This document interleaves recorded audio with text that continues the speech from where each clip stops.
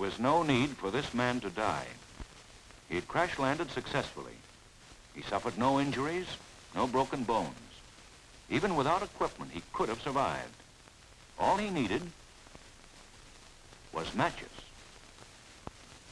A box of matches and knowledge. Knowledge of how to use what he had. I'm going to supply you with what knowledge I can. And though you can get by with very little else, you should always be supplied with certain equipment. An emergency kit or rucksack is vital. If none is available, or you don't like what is given you, assemble one yourself. Don't let anyone razz you out of it. Take whatever else you like, but these things are essentials. A pair of gloves, a complete flying suit, automatic pistol, .45 caliber, and 2 spare clips, boots, socks, and extra socks, rations, matches, and a watertight, floatable matchbox. A good grade pocket knife, preferably a scout knife. A small axe. And of course your parachute. That's essential. Take these things and you can sustain yourself if you're forced down. Now let's get to the briefing. Though you've never flown it, it's a routine flight. You're to fly pea shooters from here to Ladd Field. Captain McIntyre will be flight leader and pilot a B-17. It'll act as navigation ship and be your radio contact. It will check you every 20 minutes. Be sure you keep tuned. You'll be flying over wild, desolate country, heavily wooded areas dotted with frozen rivers and lakes, mountains of snow and ice.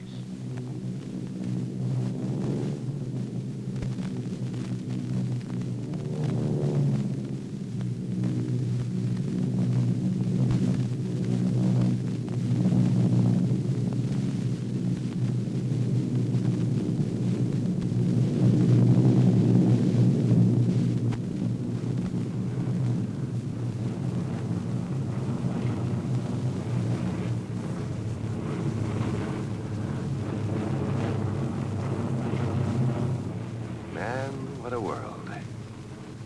What an Air Corps.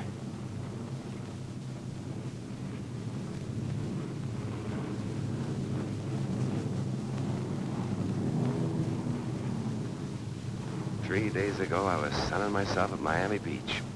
Now look at me, flying over snow country. Joe, I mean snow.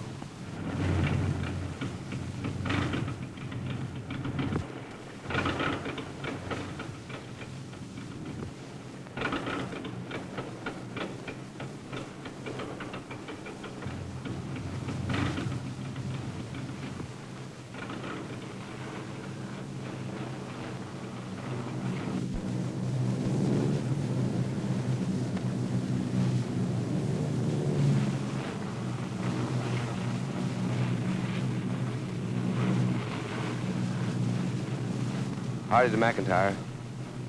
Howdy to McIntyre.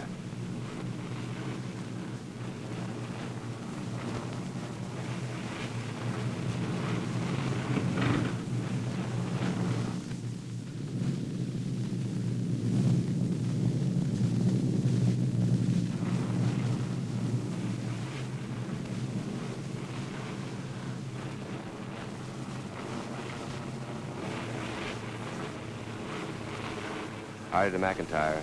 Howdy to McIntyre. Come in, please. Please come in, Mac.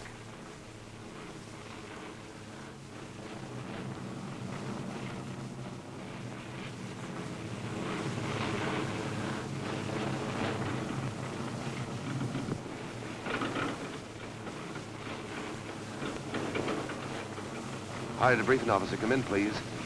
Brother, please come in and talk like you never talked before.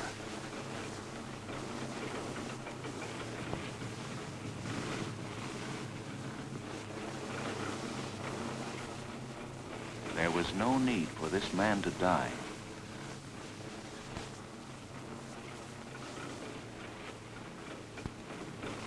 Don't bail out. Don't bail out.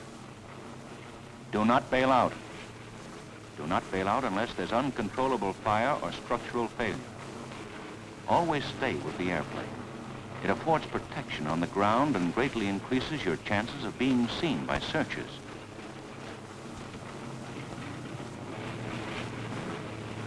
Select your landing spot intelligently. A smooth, snow-covered swamp, river bar, lake, near road or railroad if possible, so rescue and salvage are easier. Slopes or ridges are generally warmer than valleys, and the difference in temperature may mean the difference between life and death. Difference between life and death. Altitude not less than 5,000 is desirable. Make full use of radio while still in air. Transmit blind. Conditions, position, topography, landmarks. Make a slow landing. Prop should be feathered or stopped by gently stalling airplane. Such a landing capably executed is only slightly rougher than normal.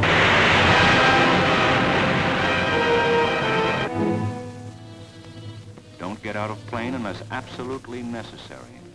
I think it might be necessary.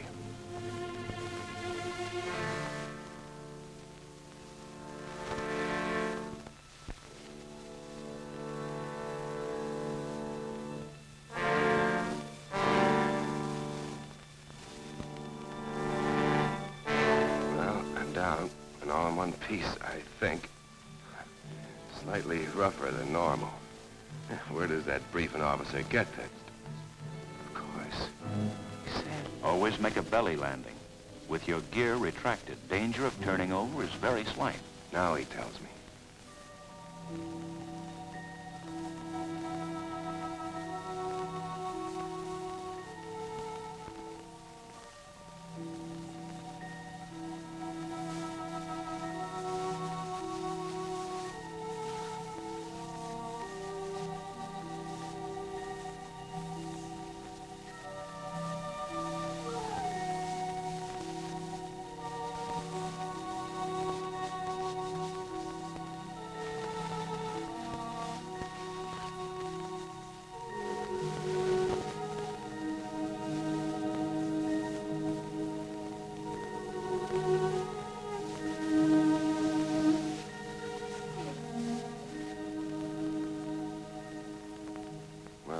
Standing around here.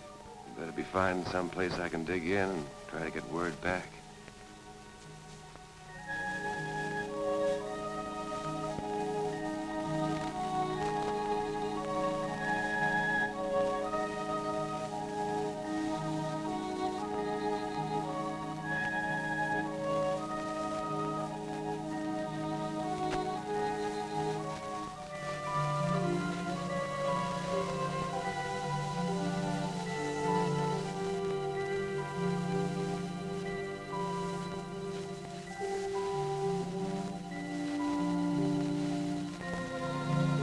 Walking over wilderness areas is a tremendous job.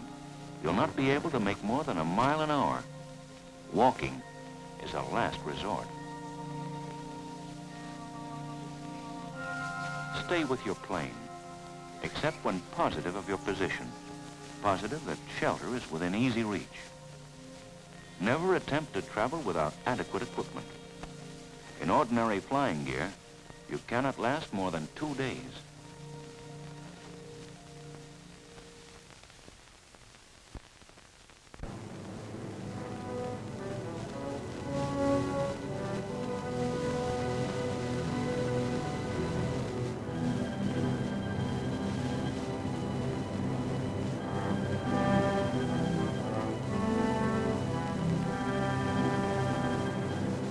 McIntyre to Hardy. McIntyre to Hardy. Come in, Hardy. Formation, continue on to Ladd Field. I'll search back along flight line for Hardy.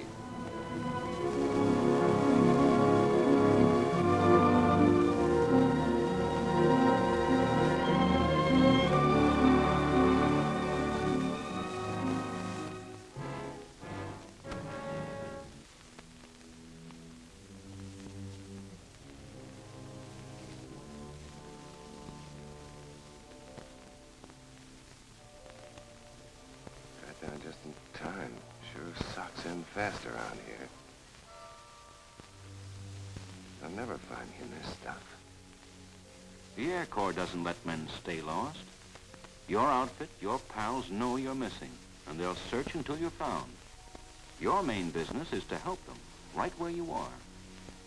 Where am I? A certain well-known crick. Avoid panic.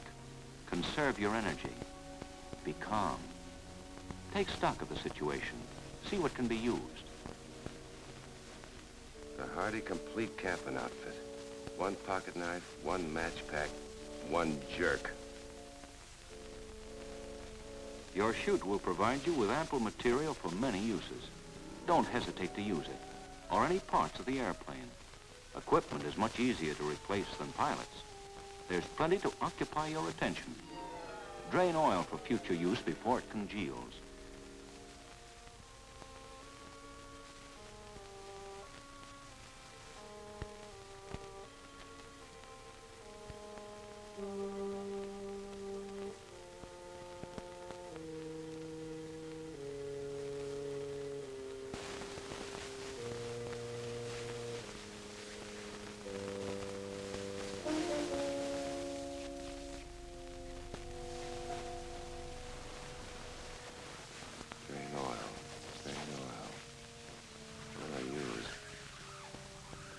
Map case. That's as good as anything.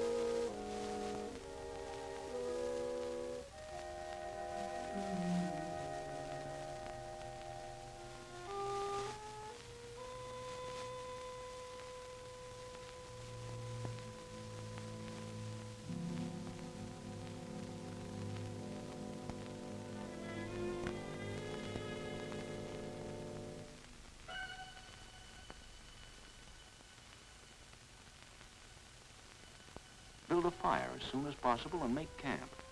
Collect firewood, a lot of it, and keep collecting it. Okay, one thing at a time. But keep reminding me.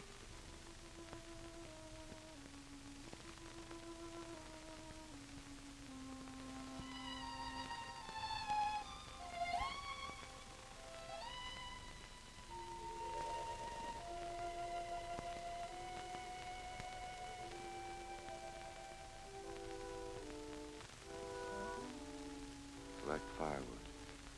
Collect firewood. Now, what kind of firewood do I get?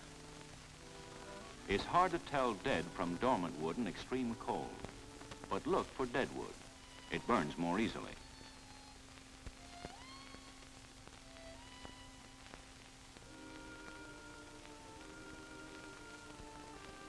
For tinder, use birch bark, spruce bough tips, rotten dry wood, pussy willow fuzz. Alder bushes will burn even though green. Twist and break them. Now's the time to follow in your own footsteps, Lieutenant. It's gonna be a long fight.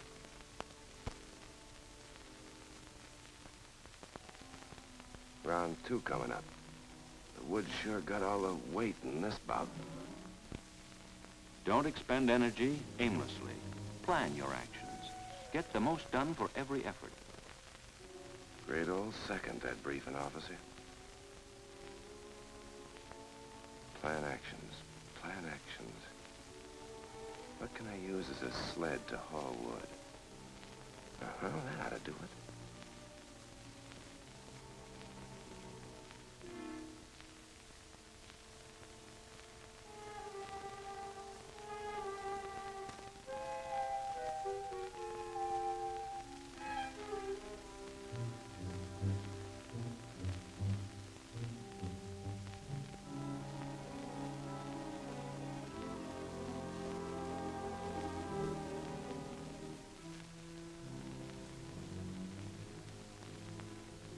Above all things, Avoid wet feet.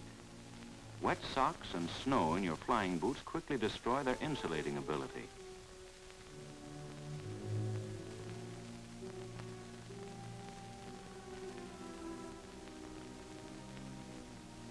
Tie your trousers on the outside to prevent snow from packing in.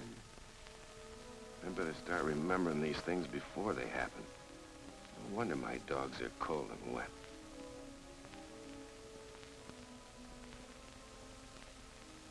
Remove wet shoes and socks at once. And walk around in my bare feet, I suppose. Your parachute will provide you with ample material for many uses. The importance of keeping the feet dry or of tending them at once if wet cannot be overemphasized. Don't hesitate to use any equipment. If you haven't got extra socks, make foot wrappings from your parachute. A wet foot may freeze in 20 minutes and produce irreparable damage.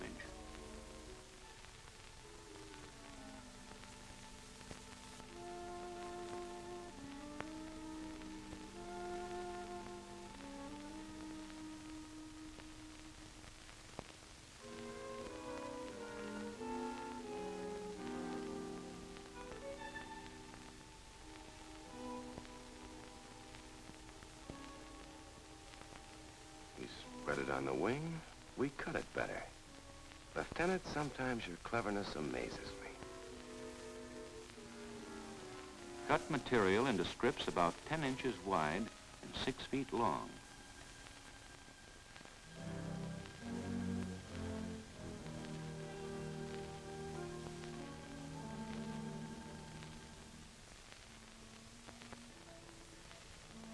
Slit one end to insert the foot.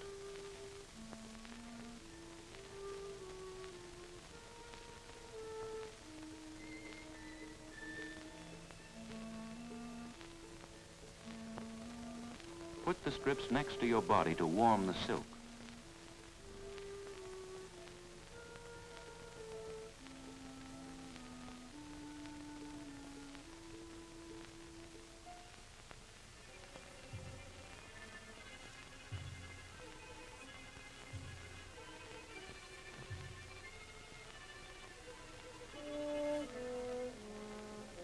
Dry the feet thoroughly.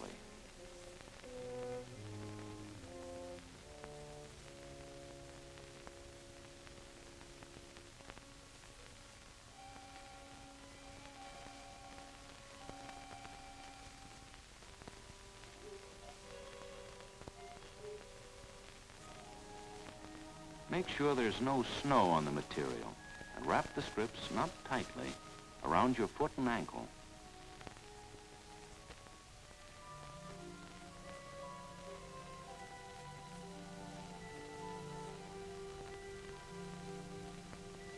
Leave an overlap and fold it back loosely over the toes.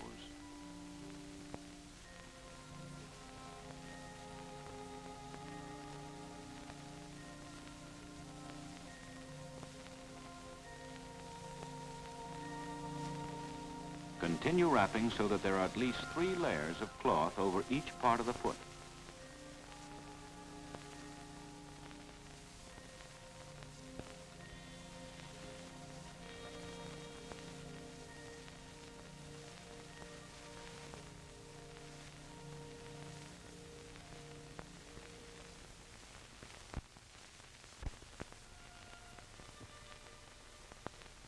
The next strip is started the same way, but is wound around the leg as a legging.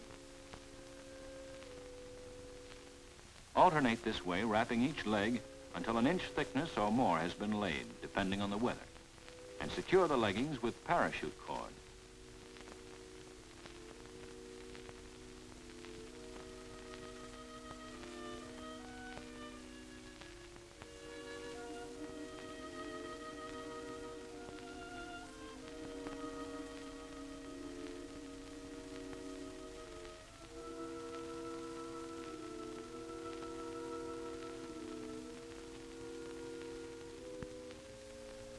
How the hell will I get my boots on? Don't wear your boots over these wrappings. They're too tight, and when wet, they're not easily dried. Cut canvas from an engine cover or the chute pack itself.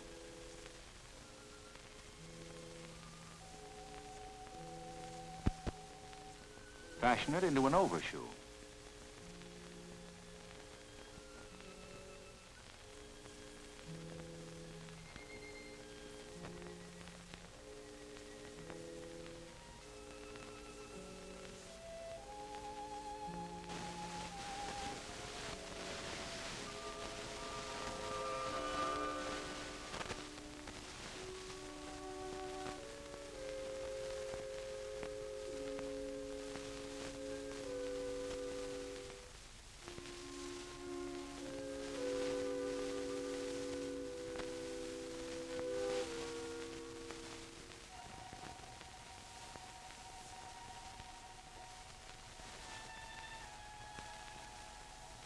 You'll find you have a kind of mukluk, Eskimo footgear, that will keep your feet warm and dry.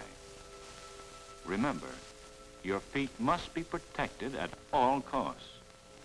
And it's not as easy to tell when your feet approach the freezing point as other parts of the body. Hands, nose, cheeks, chin, and forehead are also easily subject to frostbite. You won't feel it, for it doesn't hurt, but gray and white patches appear on the skin. Watch your face for this evidence of it. Watch my face? It won't work, friend. I forgot to bring my other head. Wrinkle your face from time to time to discover any stiffness.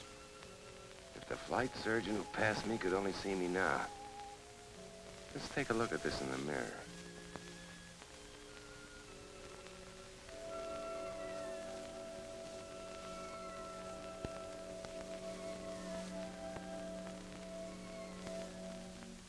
Mirror, mirror in my hand, who's the fairest in the land? Not me, bub. My schnoz looks like a vanilla popsicle. Never rub frostbite. Keep the part out of the wind and warm it gradually. Thaw just by placing a hand over the frozen areas until circulation is restored. Warm your hands inside your clothes, under the armpits or between the legs. Now, where were we? Oh, yeah. Getting the most done with the least effort.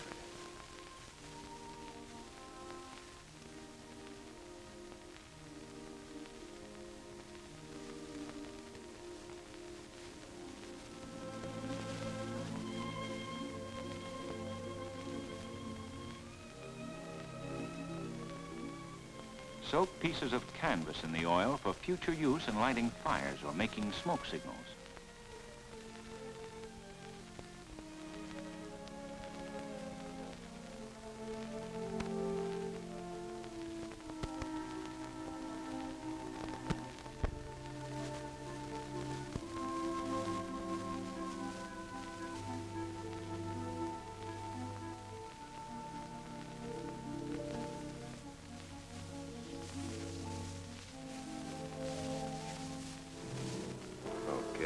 Lieutenant Mush.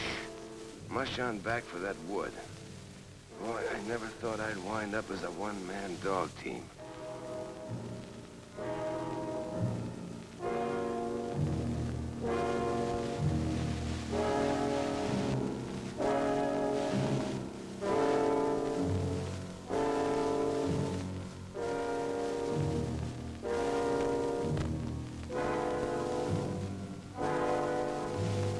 Firewood, a lot of it, and keep collecting it.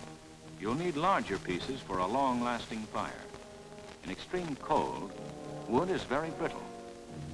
Good-sized birch or spruce branches can be broken, or even a small tree felled easily.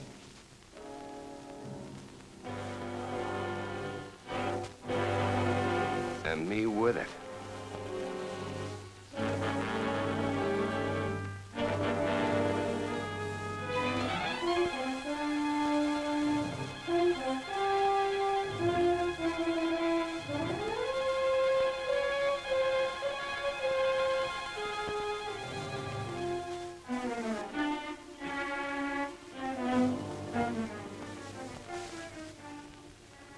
Boy, it won't be much hotter standing over a fire than it is getting it started.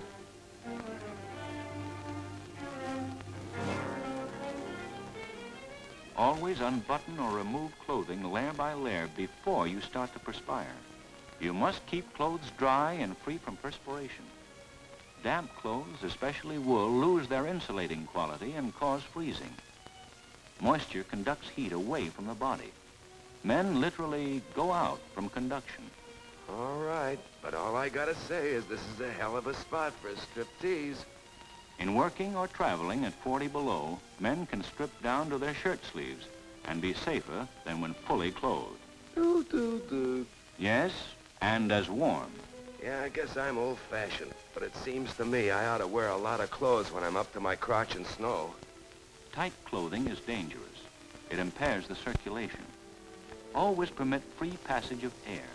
Leave the clothing loose around the body, tight at the neck, and snug at the wrist.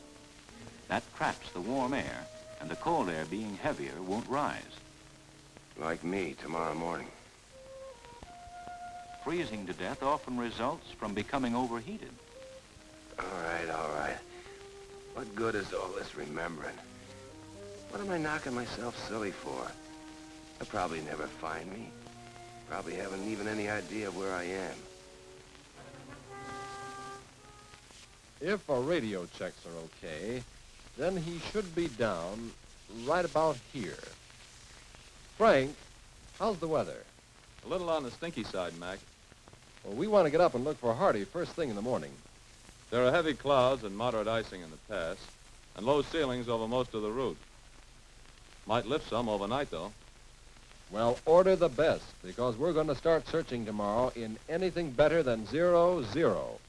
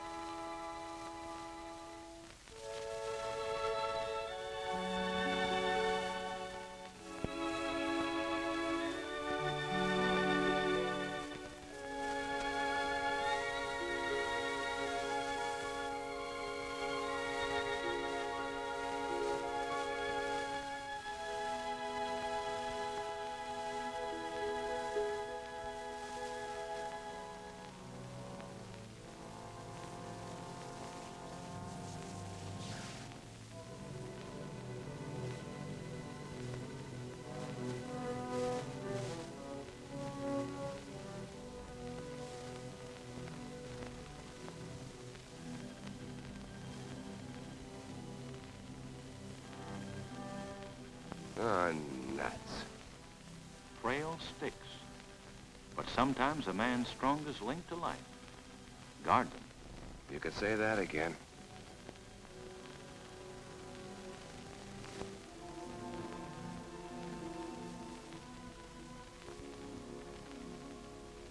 Briefer, boy, you really called it.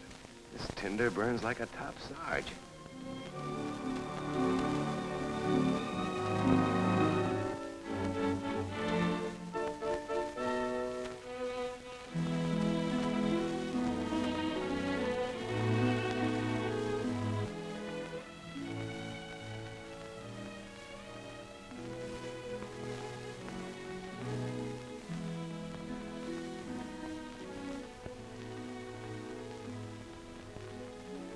I'd better be thinking about a place to sleep. Pick a spot protected from the wind. A good sheltered place that will not be covered with drifting snow. Clear it.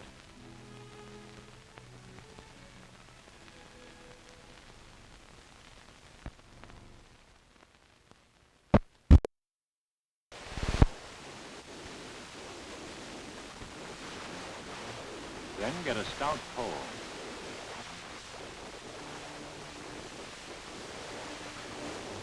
Give him the X, square, right in his neck. Yeah, we're not bringing the X.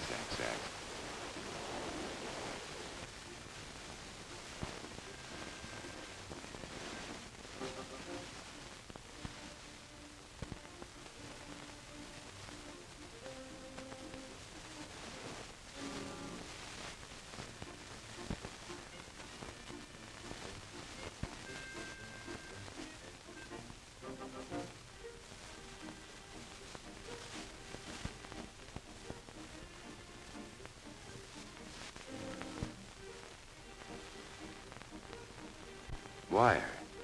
That's what I get. Wire for bracing.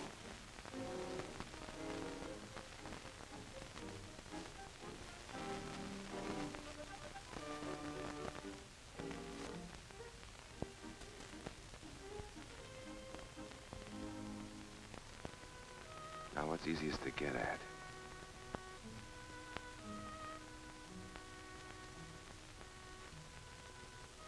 Control cables in the flaps.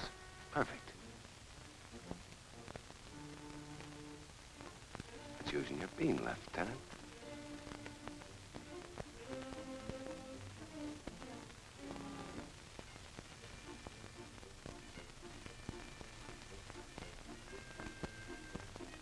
Oh, better take the chute to keep it dry.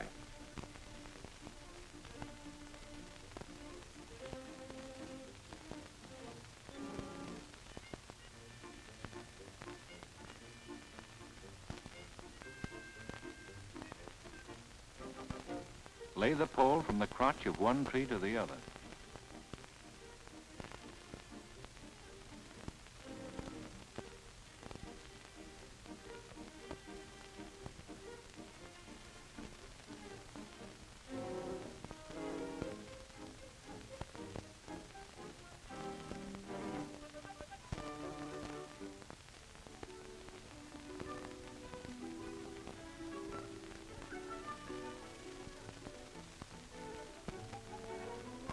How do you like this, Briefy? It's my own idea. Yeah.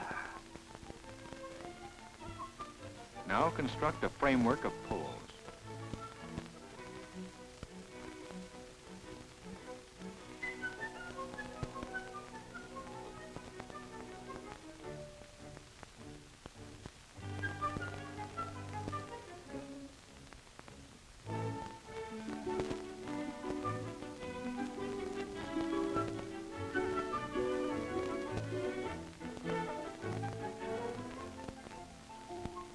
Lean spruce or evergreen boughs against the sides, pointing the twigs downward.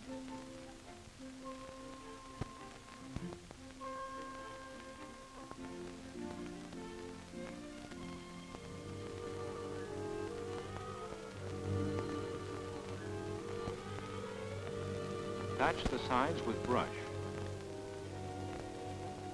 And then chink it with snow, banking it well at the bottom to keep the wind from blowing in under it. If this storm keeps up, that's one job I won't have to do.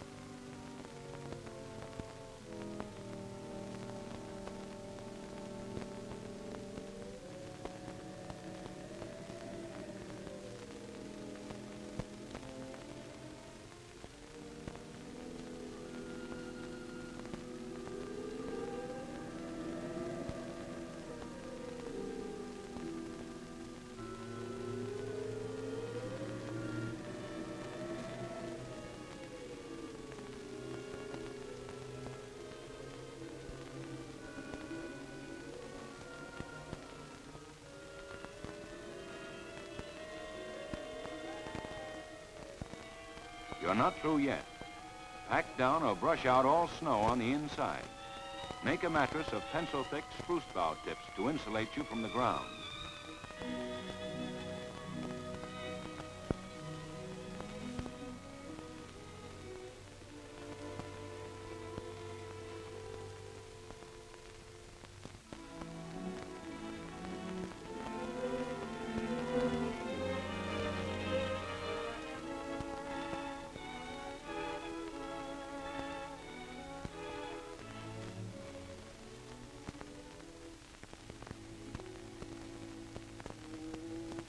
And with your fire in front of the opening, you'll have a comfortable wickie up.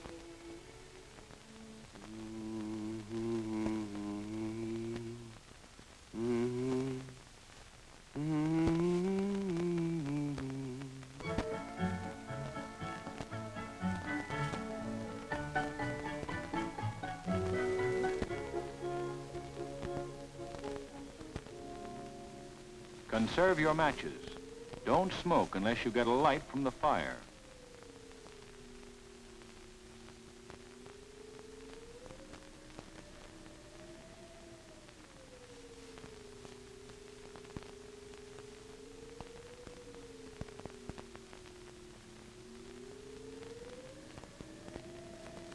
Guess I'm pretty well set now. Practically all the comforts of home. Don't neglect cooking. Prepare 2 meals daily if food is available. Today's specialty, a nice hot plate of melted snow. As a matter of fact, improvise a utensil and melt snow if you have to. Drunk hot, it conserves and adds to body heat.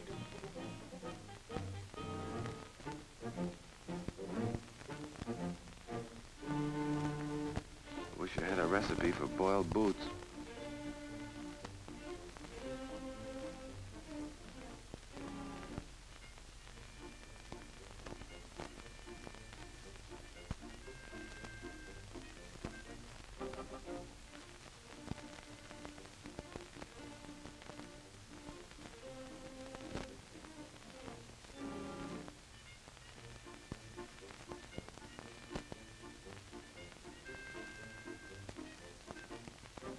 Let's see, how I rigged this. Place metal to the side of the fire, not over it.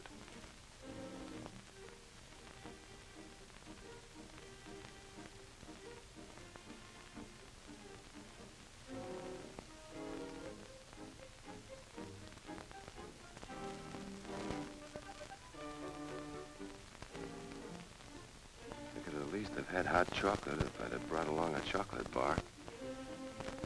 Never eat snow without first warming it. It lowers body heat. That man and his snow. How does he want it? Room temperature? Wrap it in a cloth and at least warm it inside your pocket. I feel, old boy, that's not a very good idea for us absent-minded pilots. Warm only a small amount at a time. What I'd really like to know is what I'm going to use to warm myself tonight. Your parachute can be used as a sleeping bag. Ah, you're right in that old oven. Better have a dress rehearsal to see how this works. After all, it's not my regular nightshirt.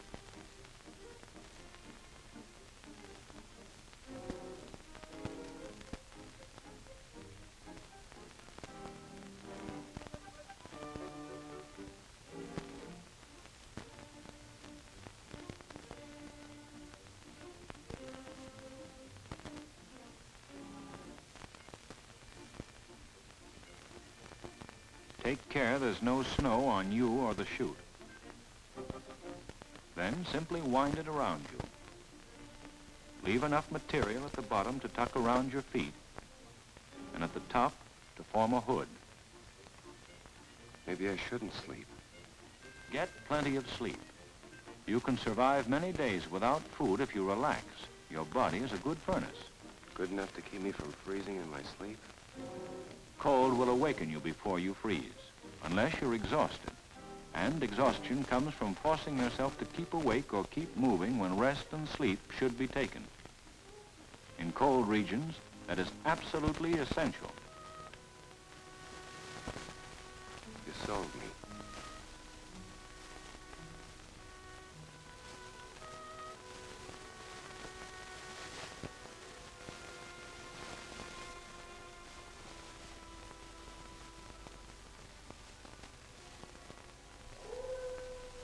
Holy Moses, what's that? Wolves? The howl of wolves usually denotes nearness of game. Well, that's good. Maybe I eat tomorrow. Why didn't I bring my 45 or that over and under? Nearness of game. Maybe meat? Generally, you have nothing to fear from wolves. Once they get the man scent, they won't attack unless you run. Just stand stock still. Mister, you stand stock still. If a pack of wolves come around to take census, they'll interview me from the top of the nearest tree. Stand still to escape wolves. Thrash around to drive sharks away. The things you gotta know to be a flyer.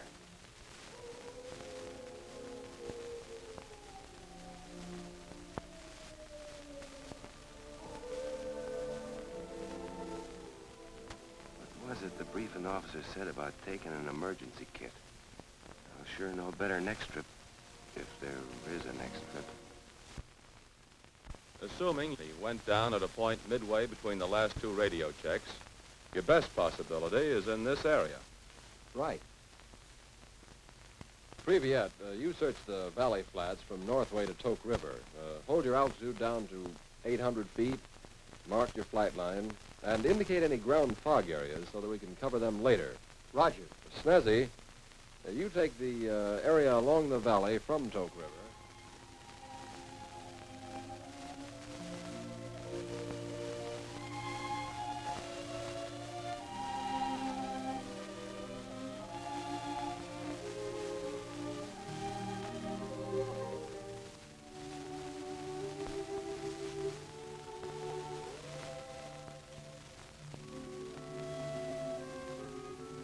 Smoke pretty, baby. Your brothers seem to be doing their share, and you're made of the same stuff. Mixed green and dry wood.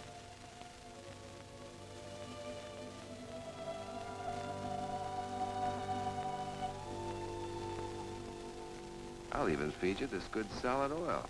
Chew it up, nice and smoky. Satisfied, Mr. Briefing Officer? They're your universally recognized distress signals. 3 smoke columns by day, 3 fires by night. Sure hope somebody comes around to admire them. Don't despair, even though weather conditions might delay rescue operations several days. Keep your fires going, even in overcast. You can almost be sure you'll be picked up if you make a determined effort to call yourself to the attention of searchers. Right now, I aim to catch me a rabbit. In snow country, rabbits can be snared with ridiculous ease. You can use safety wire. Look, man, I learned this one when I was a kid. In deep snow, rabbits must keep to their runs to avoid floundering. I know that. These runs, hard-beaten paths in willow and alder clusters, are a good source of supply. You don't have to tell me.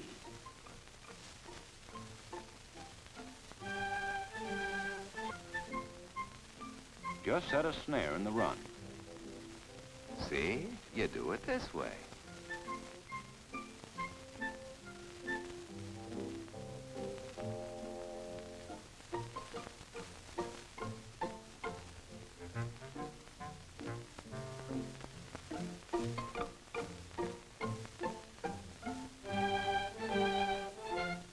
Leave clearance enough so that the rabbit is bound to head into the loop. I'll do more. I'll guide him through with this willow branch. Didn't know that one, did you? Visit it often to prevent the loss of any catch to other animals. Okay, later. First, I'm gonna dust off my plane so it can be spotted.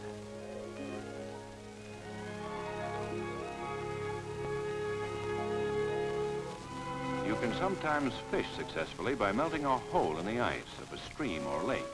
Yeah, but I haven't got a stream or a lake handy. Besides, it'd be too tough to keep a hole open. You build a fire on the ice. Make a line out of chute cord. And always boil fish if possible. All right, if possible.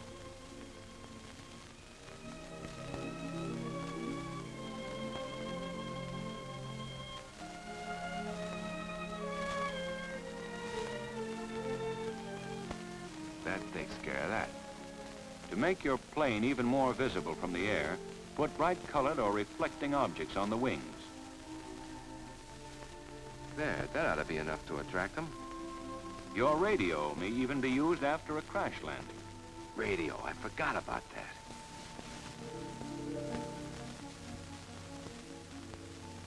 Battery frozen solid.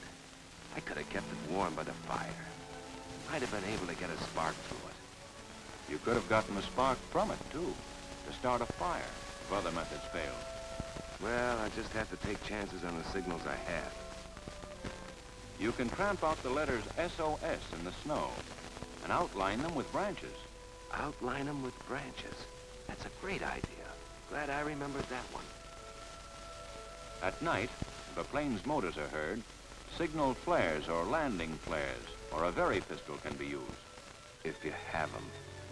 We're doing pretty good with what we do have, though. Continue to improve your camp. Don't just get by. Your degree of resourcefulness will determine the degree of your comfort. Make a windbreak for your shelter.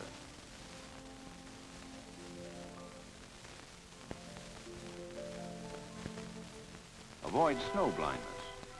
Blacken your nose and cheeks with soot or charcoal, or burn holes through half-inch pieces of wood or bark, and fashion the eye shield around your head with cord, never metal. Never mind. I'll pull down my goggles when I have to. Continue to bring in wood. Deep breathing irritates your throat and causes chest pains. So cover your mouth and nose when you're exerted, but try not to be. Work easily and steadily rather than in spurts.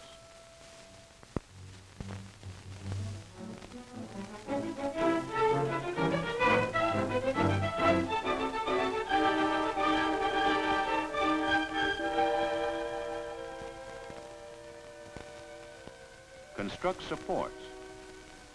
Dry your clothes socks, boots, sleeping bag.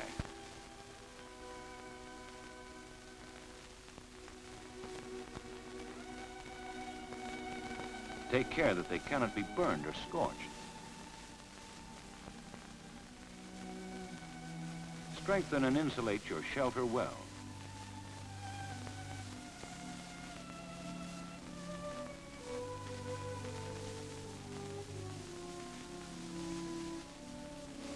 Improvise snowshoes from willow branches and shoot cord.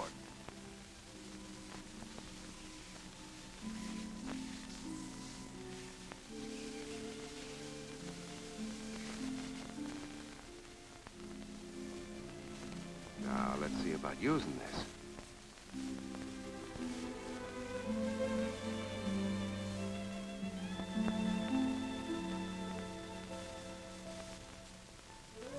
Snowshoes lead me to dinner.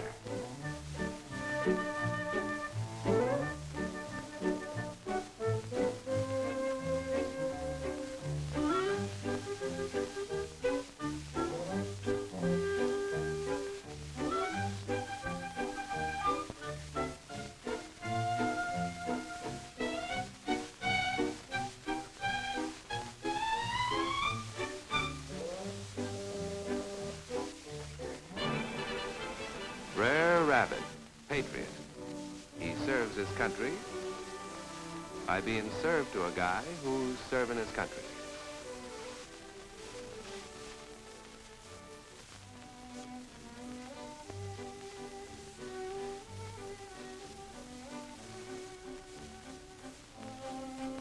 The inner bark of willow is edible. Rabbits can eat the bark. I'll eat the rabbits.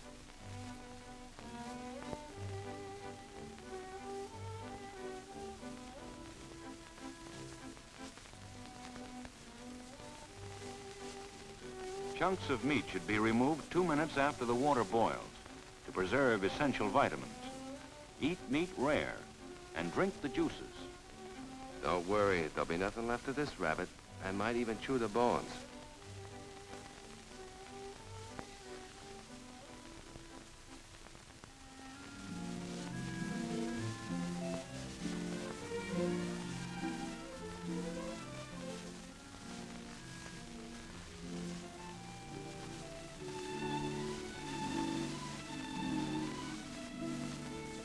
Happy T.O., Breevy, and tot this for drinking. Hubcat to hubcup. Proud of me? Not bad for an amateur, huh? If forced to subsist more than a week on rabbit meat alone, extreme weakness results. Maybe so, but right now I feel strong enough to tramp out that SOS. Come join us, the bright, happy band. By the strong arm of temperance, we've taken our stand.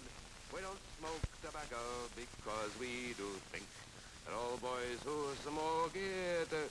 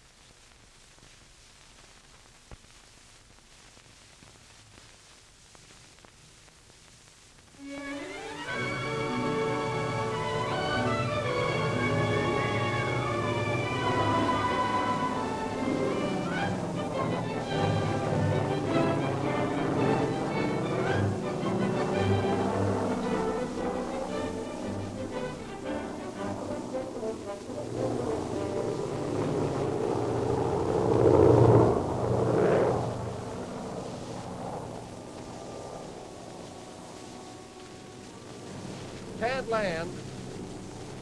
Drop it the next time around.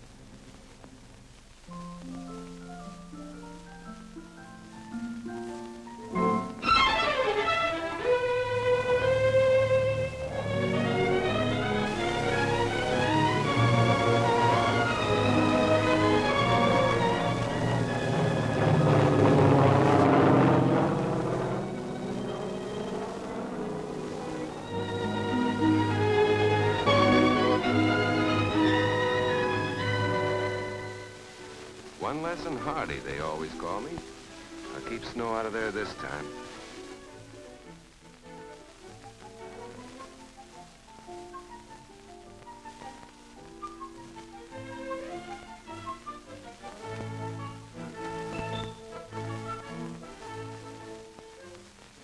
Now, why didn't I bring that along? Or any of these things?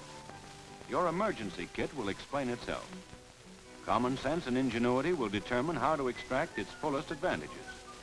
Cold wrists cause cold hands. If you have plenty of extra socks, one pair can be made into wristlets by putting the fingers through holes cut in the toes.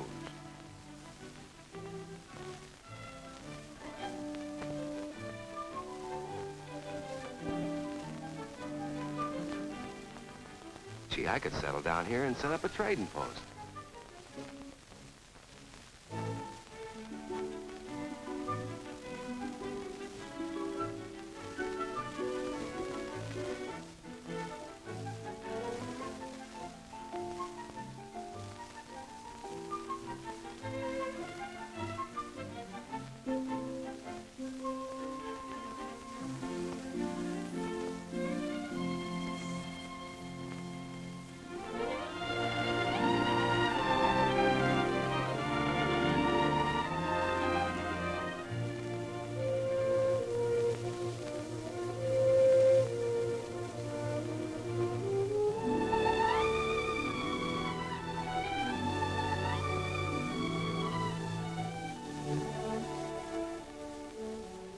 Boys sure think of everything.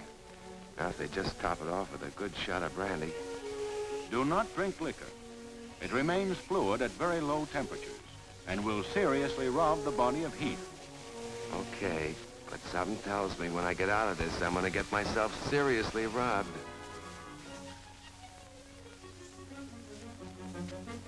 Always make sure you dust snow from your clothing whenever you arise or lie down, so it doesn't thaw and cause dampness. Feet, being the first part of the body to chill, should be nearest the fire.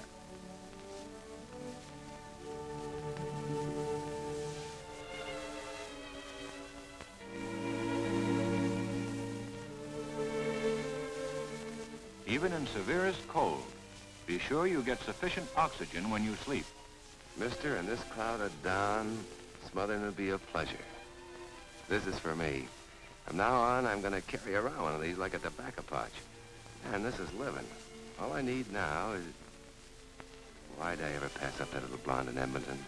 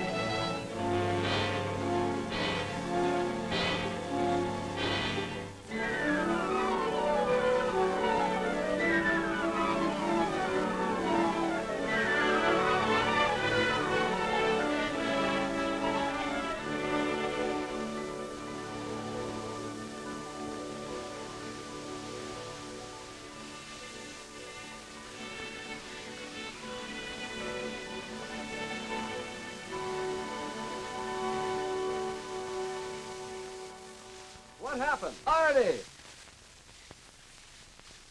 Are you all right? You want anything? Yes. Some pin-up girls for these walls. Come on, Hardy. Say it'd be better if we left you here to die. You kidding us like that? Why, you old son.